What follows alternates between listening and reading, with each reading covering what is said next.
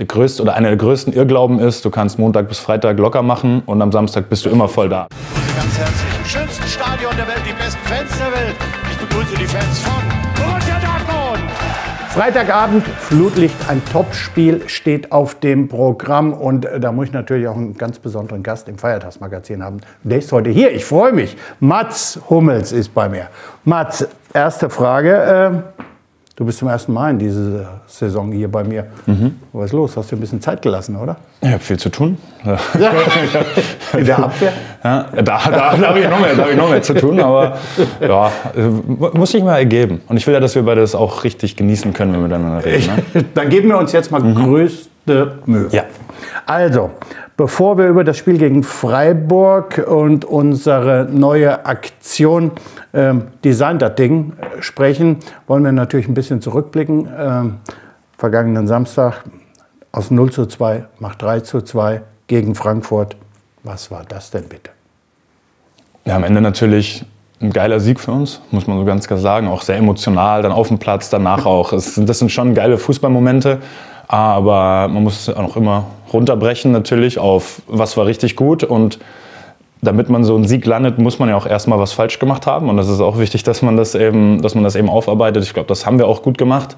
Also haben da immer gute Analysen, aber haben das intern auch wieder sehr, sehr gut aufgezeigt bekommen. Und ja, die Siege sind geil, aber logischerweise ist es viel wichtiger, auch mal ein paar sehr souveräne Siege in der Saison einzufahren, weil immer gewinnt man solche Spiele eben nicht. Deswegen so immer mal wieder so ein Highlight setzen in der Hinsicht ist okay. Wobei es ist dann schon was Besonderes. Ja, aber immer wieder so ein 0-Sieg, so ein 2-0 würden wir schon auch mal nehmen, glaube ich. Ne?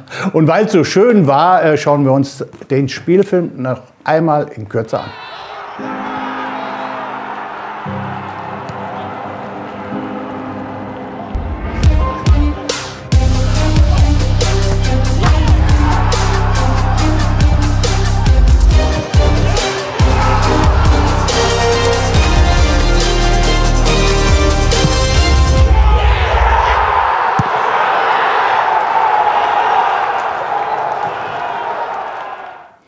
Ja, wie arbeitet man so ein Spiel auf? Wie habt ihr das gemacht? Da gibt es ja sicherlich viel zu besprechen, Positives wie auch Negatives. Ja, gerade das Spiel hat extrem viel hergegeben, weil es so sinnbildlich für unsere Saison steht wie vielleicht kein anderes, muss man sagen. Weil wir einen super Auftakt hatten. Erste Viertelstunde war genau der Fußball, den wir spielen wollen, hochdominant, sehr konzentriert, engagiert. Dann kommt eine Szene und wir sind erstmal auseinandergefallen für 15, 20 Minuten, wo wir auch Glück hatten, dass es nicht 3-0 steht, mit irgendwie Pfostenschuss, ein dicker Großchance Lindström, nach der Pause hat er noch mal eine. Logischerweise hätten wir auch selber vorher schon treffen können. Und dann wird uns eben auch aufgezeigt, was machen wir da falsch, leichte Ballverluste, wo vielleicht dann auch ein bisschen Passivität dann mit dem Ball auf einmal ins Spiel kommt, die vorher nicht da war. Und dann sieht man aber auch, wie alles wieder aktiver wird, gegen den Ball, mit dem Ball, wie wir eben dann... Genau, alle machen mit, alle sind mutiger werden. Genau, ja. Auf einmal das Gesamtkonstrukt funktioniert wieder, wir stehen gut in den Positionen, sichern uns gut ab. Logischerweise wird auch manchmal der Gegner einfach auch ein bisschen passiver, aber das ist so, das schaukelt sich gegenseitig hoch, würde ich mal sagen. Und ja, da sieht man halt logischerweise immer, was haben wir falsch gemacht, warum haben wir dann das Spiel aus der Hand gegeben und was ist passiert, dass wir es wieder an uns reißen konnten. Es war nach dem Spiel von Haltung die Rede. Der Trainer hat in der Pressekonferenz zudem von Nachhaltigkeit gesprochen. Das heißt, dass man das, was positiv war, natürlich mitnimmt. Wie schafft man es, diese Energie in die kommenden anspruchsvollen Partien mitzunehmen? Erstens sich dessen bewusst sein, drüber reden und natürlich das Allerwichtigste ist jeden Tag auf dem Platz zeigen. Also rausgehen hier auf den Trainingsplatz. Wir sind hier ein paar Meter nur von unserem Trainingsplatz entfernt. Rausgehen und wenn das Training losgeht, dann ist Arbeit. Dann geht es um Verbessern, um Gewinnen, dann geht es darum. Und ja, wenn man es eben schafft, diese Haltung, wie der Trainer es nennt, oder dieses Selbstverständnis einfach immer auf erfolgreichen Fußball zu spielen, jeden Tag an den Tag zu legen, dann kommt es auch automatisch in den Spielen, weil, was soll man sagen, einer der größten Irrglauben ist, du kannst Montag bis Freitag locker machen und am Samstag bist du immer voll da. Du bist manchmal da. Manche können das auch. Ich hab sogar Spieler erlebt, denen könnte man das fast attestieren, aber das sind vielleicht 1, 2, maximal 3 in meiner ganzen Karriere gewesen. Und für alle anderen gilt so, das hat einer unserer Athletikcoaches vor kurzem zu mir gesagt, auf Englisch, wie du manches machst, machst du alles. Und das fand ich ein super Sprichwort. Und so ist es halt, wenn du Montag bis Freitag 70% agierst, dann agierst du auch samstags öfter mal mit 70%. Wenn du aber Montag bis Freitag immer bei 100% bist, dann bist du samstags nie bei 70%. Nie. Du hattest ja in der Hinrunde öfter mit der Fitness zu kämpfen. Die Pause scheinst du sehr gut genutzt zu haben, um wieder fit zu werden. Und nach dem Frankfurt-Spiel hast du auch gesagt, jetzt fühle ich mich topfit. Inwiefern startest du nun mit anderen Vorzeichen als am Beginn der Saison?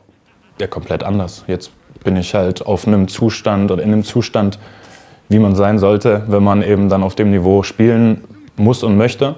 Davor war es halt relativ schwierig, weil es hat nicht alles perfekt funktioniert, so sage ich mal, mit dem Knie, auch mit der Rekonvaleszenz dann nach der EM. Und dann musste man irgendwie so ein bisschen eine Balance finden, aus fit werden, weil ich war ja logischerweise nicht fit, nachdem ich 5 Wochen nicht mal gelaufen bin, weil ich eben beim leichten Jogging-Schritt schon Schmerzen hatte. Fit werden, trotzdem auf dem Platz sein.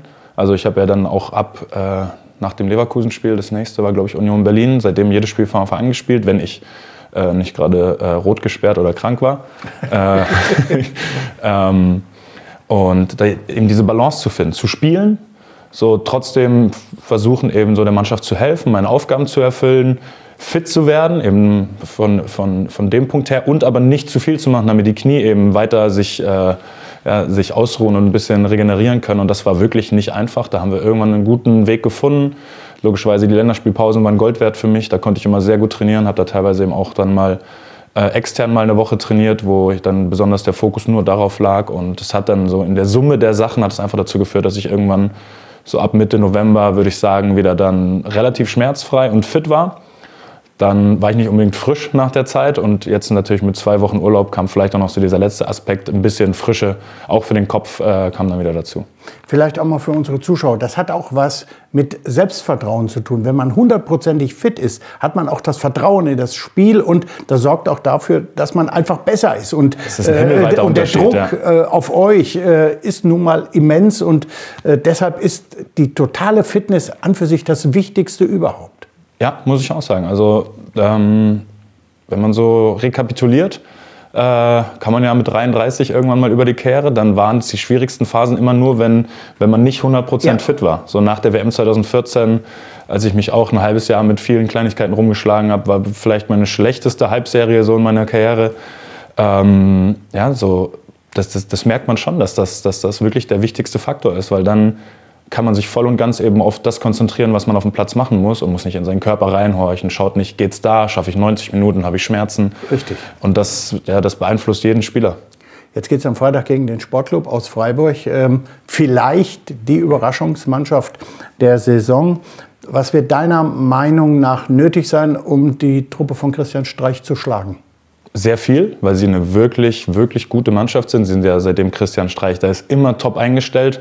Wenn man eben auch ein paar Freiburger kennt, dann weiß man eben auch, dass das nicht von ungefähr kommt, sondern einfach sehr, sehr genau trainiert wird, sehr, sehr genau analysiert wird da. Der Trainer stellt die immer top auf die jeweiligen Gegner ein. Und sie haben individuelle Qualität. Also sie haben ein paar Spieler, die mit Sicherheit auch noch in Nationalmannschaften in noch höheren Gefilden zu sehen sein werden in ihrer Karriere. Da muss man einfach über 90 Minuten eben diesen kompletten Fokus haben, und sehe ich auch, wenn es mal schwierig ist, gegen so eine Mannschaft ist es immer mal schwierig, weil sie eben so gut eingestellt sind und so gut zusammenarbeiten, dass man dann aber dran bleibt und nicht eben nachlässt, weniger macht oder chaotisch wird. Ja, jetzt soll ich überleiten auf Design das Ding. Also ja, da sehen wir es schon auf dem Bildschirm. Mats, vielleicht hast du es ja auch schon mitbekommen, oder du hast es mitbekommen, wir können ein Trikot selbst designen. Da seid ihr natürlich auch gefragt. Und wir schauen uns dazu mal einen kleinen Beitrag an.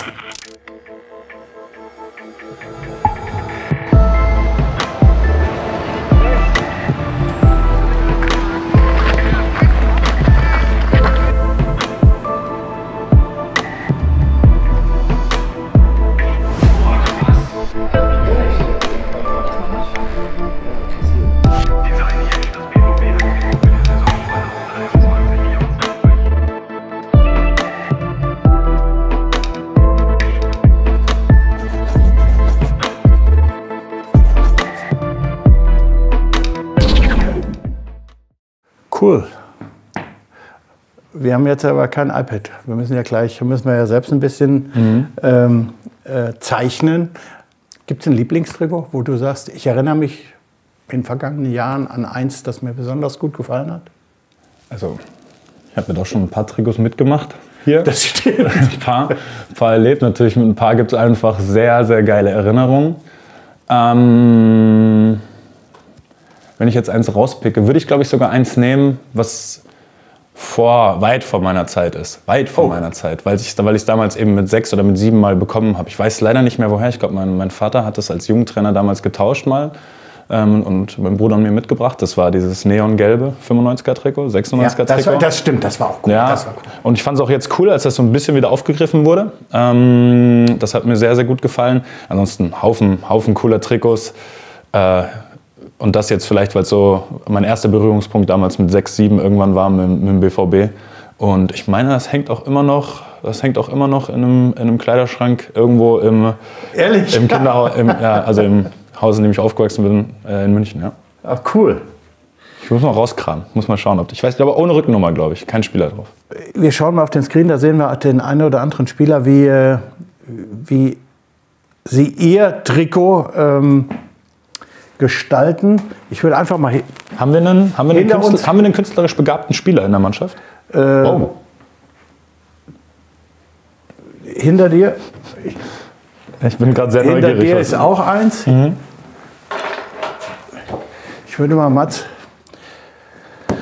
Also ich hab mir ein paar Gedanken gemacht, weil ich ja das logischerweise auch gesehen habe, ne?